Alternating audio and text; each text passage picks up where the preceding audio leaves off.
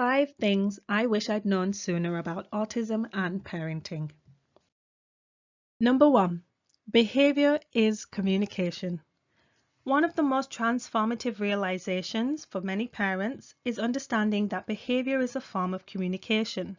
When a child exhibits behaviors that may feel difficult to navigate, it is helpful to ask, "What is this telling me?" instead of, "How do I stop it?" For example, Jane would often run away in the park, leaving her mum chasing and trying to calm her down. This was exhausting for both of them. When Mum was encouraged to observe Jane's behaviour to see what she could be communicating, Mum noticed that Jane would stare at the park entrance and become anxious when she saw dogs. Understanding this, Mum began to ask Jane to point when she saw a dog so they could both calmly walk away. This made Jane feel safe and reduced the amount of time she ran from Mum. Moving forward, her mum plans to gradually help Jane get used to dogs so they can enjoy more visits to the park. Regulating yourself first is important. Your own behavior matters as much as your child's. Staying calm and grounded helps us better understand the situation and respond more effectively. It is not always easy, but it can make a big difference. Number 2, connection before correction.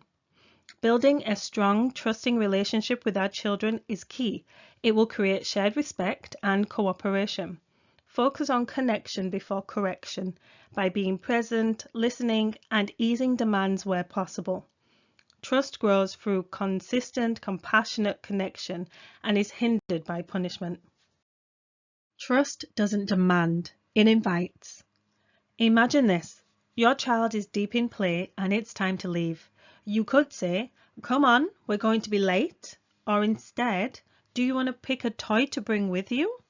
The small shift from demand to invitation builds trust and it encourages cooperation. Number 3, the environment matters. The world can often be overwhelming for autistic individuals. Bright lights, loud noises, and unpredictable routines can cause significant distress. By modifying the environment, by introducing visual schedules, establishing consistent routines, and providing sensory supports, we can create a more predictable and comforting space. An environment that respects differences doesn't demand change. It creates comfort, safety, and unlimited possibilities. Creating supportive environments help children thrive. Imagine you have an unlimited resource to build a peaceful space for your child. How would that impact their day, their behavior, or their ability to learn and grow?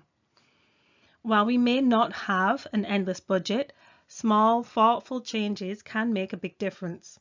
For example, a dad was frustrated that his son kept interrupting while working at home. He realized his son was drawn to the view of trains from the office window.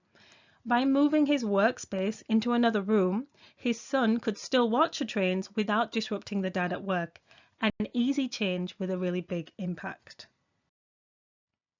Number 4, advocacy is a skill you will need.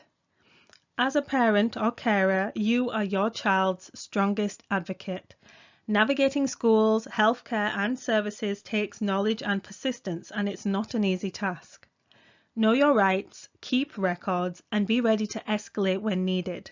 Be assertive yet kind, because your insights matter and your voice is powerful. Advocacy isn't just a voice, it's an opportunity to create pathways where none existed before.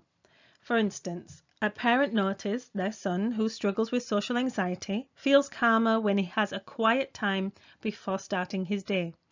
When transitioning to a new school, the parent advocated for a short morning space where he could take a break before joining the class. This really small adjustment helped him feel safe and set him up for a more successful school day. And finally, number 5, you matter too. Prioritizing your child's needs is natural, but neglecting your own well-being can lead to caregiver burnout, emotional and physical exhaustion that hinders your ability to support others effectively. Try using simple self-care strategies such as taking short breaks to recharge, engaging in activities you enjoy, connecting with supportive friends, or joining a network or support group, practicing mindfulness or relaxation techniques in those moments that are really hard. Your well-being isn't a luxury, it's a lifeline. By incorporating small acts of self-care, you can enhance your resilience and improve your experiences with your loved ones.